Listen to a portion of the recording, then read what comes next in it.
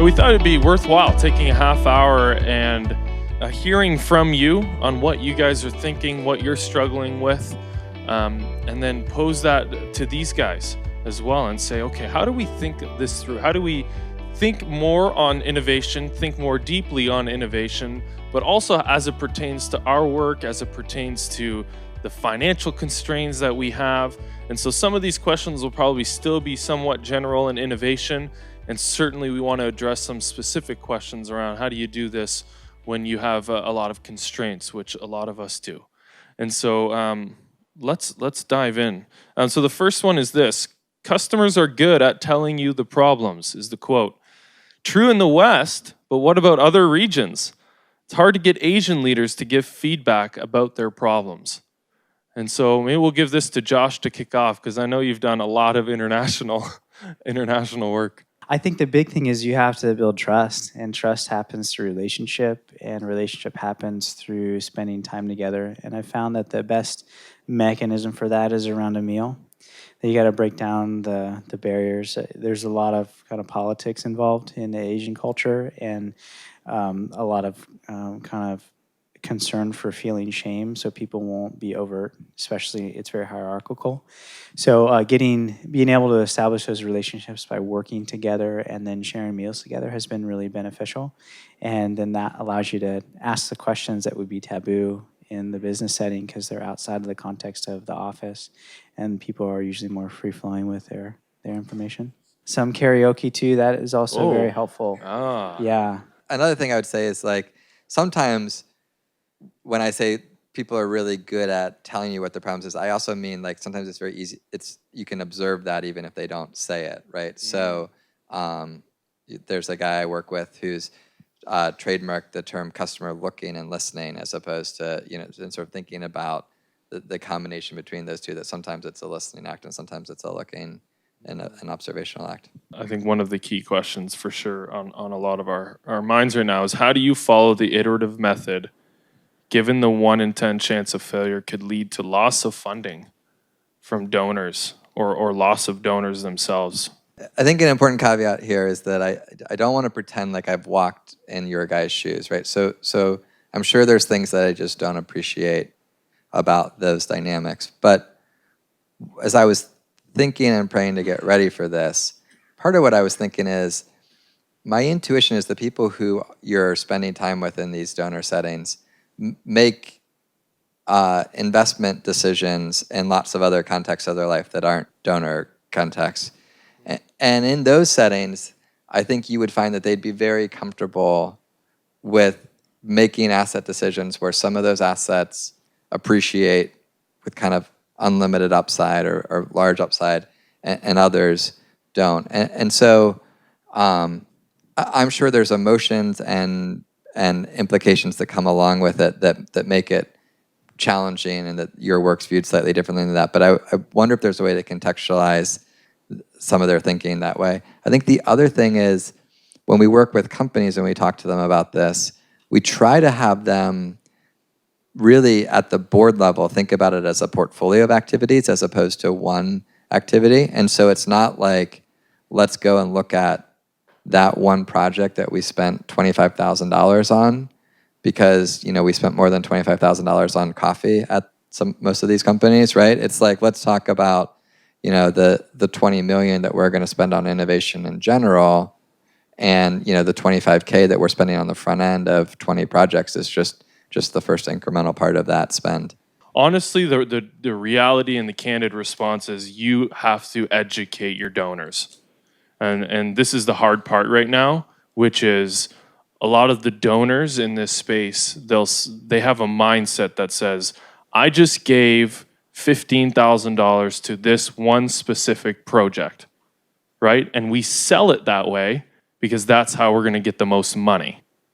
And so then what happens is, that one particular project, you have all this money wrapped up into it. And so if you deviate or you take a risk, then you lose that one donor for the next time you want to ask them.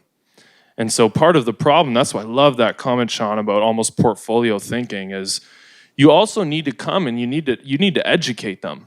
So as an example is, in the back room this whole day, we've been filming different interviews, different conversations, and we've been having B-roll because we want to create a video that says, how should we be doing this? How should we be doing this as leaders? And I think it's tools like that we have to actually bring to donors and say, look, I'm going to try something here. And this might fail in the way that you're used to it failing, but we actually believe now, because we're changing our culture, that this failure could lead to greater kingdom impact. And I need you to trust me with this. And if you've built that trust, which is what we're really good at in this room, then lean into that and say, give us a shot to do this. And we might fail in this one sense we think it is failure, but it could actually lead to some accelerated impact. And so truthfully, part of this needs to be on you and I as ministry leaders to step up our education of the people that are financially supporting us.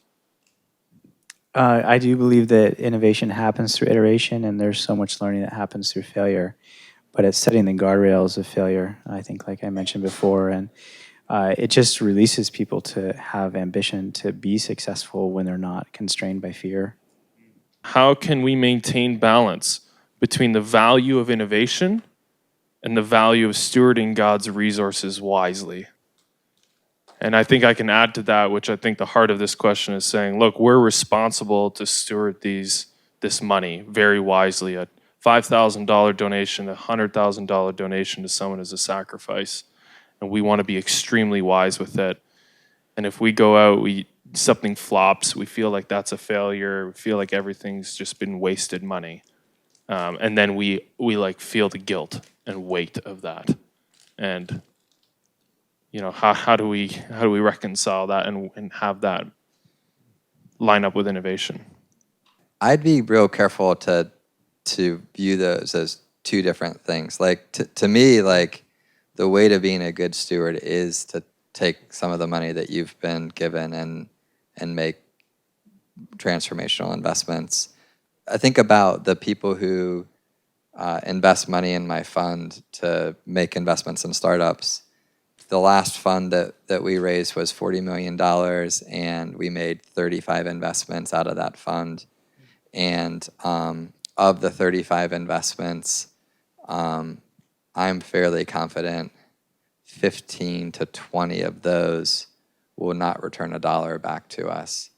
And then another chunk of those will work really hard with the entrepreneurs for 4 or 5 years, and we'll get our money back at the end. So we've given them $1, given them $750,000 typically, and they'll give me $750,000 back. But it all works because that last bucket of companies return multiples of the whole $40 million fund, right? Like we make an investment, and that one investment, we do follow-on investing as well, but it returns the whole investment. And I think if you talk to the people who have invested with my fund, they would tell you that we've been really, really good stewards of the money that they gave us. To use the language that you used, I mean, they may not say those words, but they're very happy with the investments that they've made with us. If we choose to continue to raise funds, I think they will choose to continue to give us money to invest in those. But if we just evaluated ourselves, 6 months into that process, the unfortunate part is that the lemons ripen first, right? And so 6 months in, it's like, oh man, that didn't work, and a grenade went off there, and wow, that team was terrible. I don't know what I was thinking, right? If I just sort of stopped at that point and said, am I a good steward of people's money or not, I'd probably feel really bad about myself, and I think that would not be a good way to evaluate it. I think it's somewhat of an irrational fear that if your heart is to steward, you're not going to be spending money frivolously. And so for the learnings that you have through the innovative opportunities, that you steward that process well too, so that you do postmortems, that as a team you evaluate when things go wrong and how you can improve in the future so that investment's not wasted. It may not translate to a financial offset, but it will translate to learning that you can leverage into the next opportunity. Yeah, I think this two different types of failure thing too, right? Like being a poor steward would be if your team decided not to work really hard. Mm-hmm. Being a poor steward is not if it turns out that the idea just wasn't as great as you thought it was. For things that you didn't know before. Practically here too, you're talking about the 4%. How do we get that to 30, 40%? So that's the question. How do we increase that success rate? Yeah, I mean, so the reality is that you increase that by getting customer feedback really early in the process. The sort of leaving the building, the facts are outside the building. Yeah, this is a good one. How do you reconcile the need for speed with the importance of long-term relationships for the sake of understanding? There's a tension of we need to move quickly because everything's happening so quickly. It's like we just keep telling you over the last couple of days, everything's rapidly changing, and unless you figure it out, you're all gonna die, right? And then they go, but hold on, I need to just sit down with someone because they're hurting, and we need to spend time and listen. And our hour conversation, which we were supposed to accomplish X, Y, and Z and move at a rapid pace, the person's crying in my chair. So I needed to just stop and do that. And I'm presuming, because this is where I feel that tension, which is like, maybe I'm starting to answer it already, but you could easily always do the 1 hour person's crying and you just sit and spend the time with that person. And so I think the question is, how do you reconcile this? Because, in our context is like, it's like people over products, right? We're all going to say it's like agile. People over products is probably an agile thinking we all have. So then when it comes to acceleration of products and trying to understand the tools that we can use and understanding how technology is changing all that, it's like in our DNA to put that as second rate. And so this is what we're trying to reconcile. One of the things I think a lot about is that my calendar reflects my priorities. And so, like, I have, daily, weekly, monthly, and quarterly cadences to reflect on how I'm spending my time. And am I actually living the values and the priorities that I have? Maybe this is just, but to me, that means I say no to a lot of things that are good so that I can say yes to the things that I believe God's called me to that are great. And so that doesn't mean never to invest in people, to be clear. I think probably relative to most faculty, I have more relationships than the average, and relative to most VCs, more than the average. But I absolutely do sometimes tell people no because I feel like I'm called to do something else greater. I haven't walked a mile in your shoes. I don't know. Maybe that doesn't work in the context that you're in, but that is how I attack the problem, at least. I'm trying to think through this. I think that you want to be quick in making decisions within things that you have information for within your control so that you can be thoughtful in the things that are going to come up that you can't really theorize around. And if your heart is to minister to people, then it would be reflected in how you spend your time, and you need to be responsible at honoring your schedule to reflect that. Yeah, I think too, like the reality is that's going to be complicated because we are complicated. Humans are sinful and complicated beings. So we're not going to have the perfect method to solve this one. But I really appreciate what you guys are saying, which is, I think to me, part of this is by valuing the creation of new things and exploring innovation, you are valuing people. Because if you as an organization and a leader can do a better job, then you're actually going to be able to impact more people better. And so sometimes we have to step back and think of it as a broader answer as well. How can we help decision makers appreciate the risks of not innovating? You scare the daylights out of them. I mean, I think the reality is there's so many case studies of long in the tooth organizations that have failed to realize they need to change for a specific geopolitical issue or for just culturally how they're not relevant anymore. And so just keeping it apprised of making sure that your values align to what you're providing in the ministry and that it still meets a need, because if you don't meet a need, it's going to be hard to capture donors that that run along with your vision for what you're intending to do. As the kind of American Big C church, combination of ministries and churches, what would you say to them in how they can be more innovative or entrepreneurial? By them, I mean us. So it's kind of a more of a broader answer, but it's looking at the bigger picture of, some of the more meta narratives we're seeing in the trajectory we're going as a Christian community. First of all, is I'd say thank you. Like I fell in love with Jesus in middle school, and fell in love with the local church kind of a few years later, because I wasn't raised in a family where like we went to church. I didn't have a ton of context for like how the local church and parachurch organizations work, and so I'm very, very thankful for people who feel called to do the stuff that I think all of you guys in the room are called to do.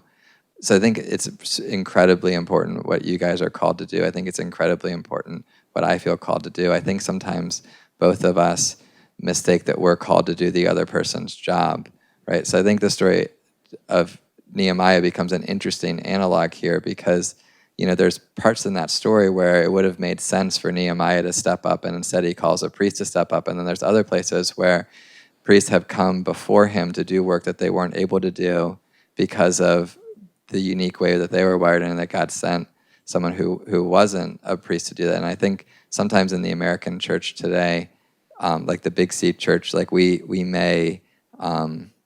both may misunderstand our roles, and I think that is kind of like sending a wide receiver to play offensive line. Like it just doesn't work great for either side. But with that, I want to remind you the first thing I said was thank you. Like I really do, with that, appreciate all the things that you guys do. But that would be an observation from where I sit. I love that. I love that appreciation, and I feel that same way. I don't have any negative feedback for the organizations that are leading the way. I mean, we in America have the privilege of not suffering the same kind of persecution that the global church is encountering, and that gives us the privilege to incubate and create things outside the context of fearing for our lives. And so we have to keep in mind that we're of one church under God, not under under unique denominations. And so it's so beautiful to see the interconnectedness of organizations helping each other, realizing that as believers we have the privilege and mandate to help one another. And that is just such a blessing. And to see that when we do that, that we can manifest what God intends for us to be, which is culture makers and those who are establishing areas of change and benefit for the broader world, so people can see God's glory and be drawn into his kingdom. So I think keeping the purpose at the forefront of representing God well in whatever endeavor we're doing, and drawing upon those within church and parachurch organizations, but mostly people in the business world that I just don't feel that they are relevant to leading the charge in the church, although they are one of the most important pastoral staff that's being unused, I think. So, Well, yeah, you're almost talking about the resources now. I remember when I first asked you this question, I said, Josh, big question. How do you innovate without funding? And you were going to resources that are around you, like look around you on what already exists and the networks you have and the people that you have. Can you speak to that? yeah, I think that we need to change our mindset from being a limited mindset to being an unlimited mindset, and that through inspiration from God, we can see opportunities. There are many. If you want to look for cheap resources, there's a lot of exuberance for students for the most part. They don't have the same kind of time resources as others. But if you look a little bit harder, you're going to find talent who is missing a calling in their work. They have the capital to sustain themselves. They have the capital to invest in your vision. They have everything they need, but they're missing meaning. And you can provide this outlet for them to add creative ability and organizational change that doesn't cost you anything more than asking them to participate.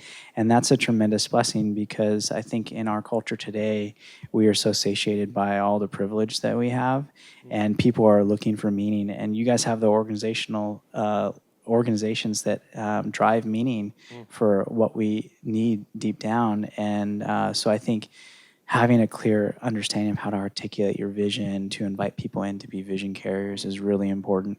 And that doesn't cost you anything other than what you're currently managing resources to cover. You have a headcount to do it. You have smart people who have a vision, work together to create almost like a pitch deck to draw people in, and instead of an investment of money, an investment of their time and resources and talents. Yeah, I remember. So 2.5 years ago, I was out for coffee with a guy, and this was up where I'm from in Canada, in Waterloo. And I'm sitting down for coffee with the guy, and I go, so how are you involved in your church? He goes, well, I run PowerPoint for our church. I said, okay, that's great. And I go, what's your background, by the way? He goes, well, I invented BlackBerry Messenger, one of the first text messaging platforms. Kind of looking around like, am I on a TV show or something, And I go, so what are you doing for the church? I was like, I run PowerPoint, guy says. And this is what I said to him. I say, could you build some sort of global platform that unites all the missionaries around the world to share their resources? It's like, that seems like a really big thing. And the guy, I kid you not, we're out one-on-one for coffee. He looks up in the sky for like a minute and a half. That's super awkward, right? Like that was 2 seconds and that was slightly awkward. So then I'm looking up and I'm like, what is this guy looking at? Like, is there a bird or ventilation issue? Like, I don't know, right? You know what he was doing, right? He was building the plant. Like, I'm like looking out for the numbers. I'm like, am I going to get hit? Because I think he's building the thing. Because he looked down at me a minute and a half. He's like, yeah, I could build that. And this is what I said to him. This is a turning point for me. Because I said, why don't you? And this is what he said. He said, no one ever told me that's a way I could use my gifts and talents other than PowerPoint and setting up chairs.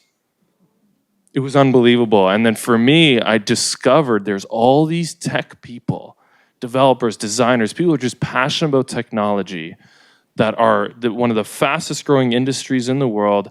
And there's Christians that love Jesus and have the talent, and they are completely underutilized right now. And they're around you, they're in your city, they're connected to people in your organizations, and they're sitting there going, I work at Apple, I create all these great things, and then the church is like, set up chairs? It's like, I will do that, and I will do that with honor, but I could also build you something that revolutionizes the way you're running in your organization. And so I will just encourage you strongly that look around, not just within your organization, but the people you know, the connections you have, the partnerships you create, because there's enormous resources, people resources at our fingertips that we are completely blind to right now. When ministries approach you with innovative funding opportunities, what do you look for as a potential donor? What questions do you ask? So I like this one. This is like coming to you guys going, hey, if you're like a donor, we're all going to ask you guys after, right? For some money and funding. There'll be a lineup at the side, right? But what are you looking for from us? Because I think this is actually a unique question to me because you guys are innovative thinkers. And I actually believe too that there's this wave of technology entrepreneurs that are also ready to give to things that are they're more risk averse and they want to give to innovative ideas. But we just don't know how to talk to them right now. And so this is kind of maybe a unique question to say, how do you guys approach that? The things that I give financial resources to are people that I have relationships with, that I trust, and I just, so it's rarely like the first thing that rarely is the first interaction between me and them that. It's usually more that we have relationship, we do other things together, and then over time that evolves into being supportive in that way. I feel blessed that I went to college with a couple guys who are doing really interesting ministry things today, and so I've known them for 20-some years from when they were screwing up in college and I was screwing up in college, and we're screwing up in college together. And so there's sort of a trust that comes out of that. So that's sort of been the spider network there. But I think that so that's the honest answer. But I think that actually is interesting because when I talk to entrepreneurs about raising money for their projects, one of the things, typically the first round of financing that gets done is done by what people call angel investors. And angel investors, I always tell entrepreneurs, it's only worth pitching an angel investor if one of two things is true. If either they know you really well in which case they're going to invest in you kind of no matter what you tell them, or they have amazing subject matter expertise, right? So, I had an entrepreneur I was working with, which was not the type of investing that we do, but it was a medical device investment. So we personally, as a fund, don't invest in those kind of companies, but I like the entrepreneur. He raised a lot of money from a lot of doctors who understood that medical device because it was in their area of expertise within orthopedics, right? And so even though they didn't know the entrepreneur, they really knew my intuition, I could be wrong on this, would be that most support is going to come either from they know you really well, or they have subject matter expertise where they really understand the problems that you're solving in a personal or kind of deep way. But I don't know that you guys would be the experts. That's my reaction, though. My wife and I tend to invest in things we feel led by the Holy Spirit to invest in, and we don't really feel we feel very dynamic in that. So there are certain things that resonate with each of us, and we're kind of ascribed to those and give to them. But primarily, we give to our church. That is the foundational way that we build into the kingdom. And outside of that, we are privileged to interact with people who are starting great organizations, and what we want to see from them is a passion and inspiration for what they're doing, the ability to articulate what their vision is, and to also basically communicate how they've stewarded the blessing previously, because you can get in this cycle in a fundraising area where you kind of know what the organization does generally, and they kind of hunt certain donors, so you feel like you're kind of like prey somewhat. And then it kind of becomes this inauthentic relationship. But you really should be able to find people who your heart resonates with building the kingdom. So if you can articulate how you're building the kingdom, and there's an area that they're inspired by, whether it's at children's education or, there's so many different ways.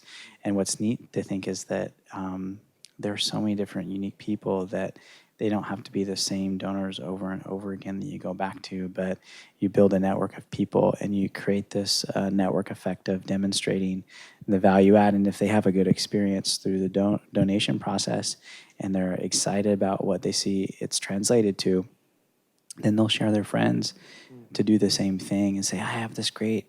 I just met a friend who started a foundation in Belize, and they're literally transforming the education of the country of Belize. In less than 20 years, they're going from a horrible state of education for children to allowing people to come up from the depths of poverty and be able to support generations of their families. And that is such a beautiful thing. So I'm sure that there are those kind of ministries in this room that people would just love to join with and realize that the focus really should be global. As believers, our focus is not just on one region. It's global. There's opportunity everywhere. We're really trying to say, how do you innovate with limited, low budget, almost nothing financials? What's kind of the next step you guys say to us? So let's say we're somewhat convinced. So we might do one thing, depending on many variables, but there might be a chance. What do you say to us as, okay, give this a shot, or try this, or change this mindset, or what's that one thing we could take away from that? So I'd say don't do one thing. Like, be very like, if you're just going to do one thing, like, that's kind of gambling, right? Because the probability of any one thing working out is not that good. So if you're literally just going to do one thing, then just do 0 things and let somebody else invent the future. Truly. No, I'm not. That wasn't meant to be funny. I'm being very, very serious. Like, but I think the thing is, you probably are thinking you need to do more things on a half dozen or a dozen things than you really need to do. So we're going to talk when we come back from the break about doing things like structured interviews. Like, you can go do 10 structured interviews around 5 or 6 different ideas. I mean, that's 60 interviews. Like, that's not doing one thing. That's sort of evaluating six things quickly, and that alone is probably not enough to do an evaluation. But like, do that and a couple other kind of quick early tests, and you can actually start to do something quickly. But like this, executives say to me all the time, like, "What? Well, I want to be more innovative. So like, let's come up with a really good idea together in the conference room today, and we'll go do it." Like, no, then just stop. Like, don't worry, somebody else is like the world's going to get better. Just stop, and somebody else will do that. Truly, like, do not do one thing. It's really not a good call. I was going to say do one thing, but I'm rethinking my. No, you should go. I think you should disagree, Josh. The panels are way more interesting when we don't agree. So I think obviously you're going to steward your time and your resources well, but I think the most important thing would be to get alignment in the leadership level. If there's disunity at the leadership level, you're going to just waste time and money and the resources that you have. So figure out a way based on your organization how you can be aligned as a team, and that's going to help you move forward in whatever multiple endeavors that you choose to do, so that you really are able to delegate in a way that you're not hindering the forward progress. Let's say we are convinced now. That worked. That worked. That Right worked? there, Wow. we're in. Good. But now we go, oh shoot, no one on my board believes in this. What do we do now? So that's typical and that's different. Like, it turns out like you don't need I assume most of your board doesn't look at like how you spend every minute of every day of every week, and if they do, a bad board. If they do, right, you need a different board. Right. So I was talking to Beth Comstock, who ran innovation for General Electric for a while, and it was interesting because at the beginning, GE's board was not really excited about this concept of doing innovation. But what Beth realized was true. But what Beth realized was that she had lots of gaps in her calendar that she was able to do a lot of these things without asking for permission. Right, and I think if you can get that done at GE, then you can probably get that done in your nonprofits too. In summary, tell nobody. That's not what Get I said. to work. I think that the purpose is to use the autonomy and authority you have to go drive change, and if your board is not on board, to find people who can articulate the vision outside of that relationship. I think that if you're able to communicate it to more and more people, that you have to educate people. It takes time in doing that, and it's different at the board level depending upon the power structure. But I'm assuming that you need to have strong leadership I know that you need to have strong leadership to innovate. And so that's going to be counter a lot of times to some of the teams or even to the external board. But don't be afraid. Big round of applause. That was amazing.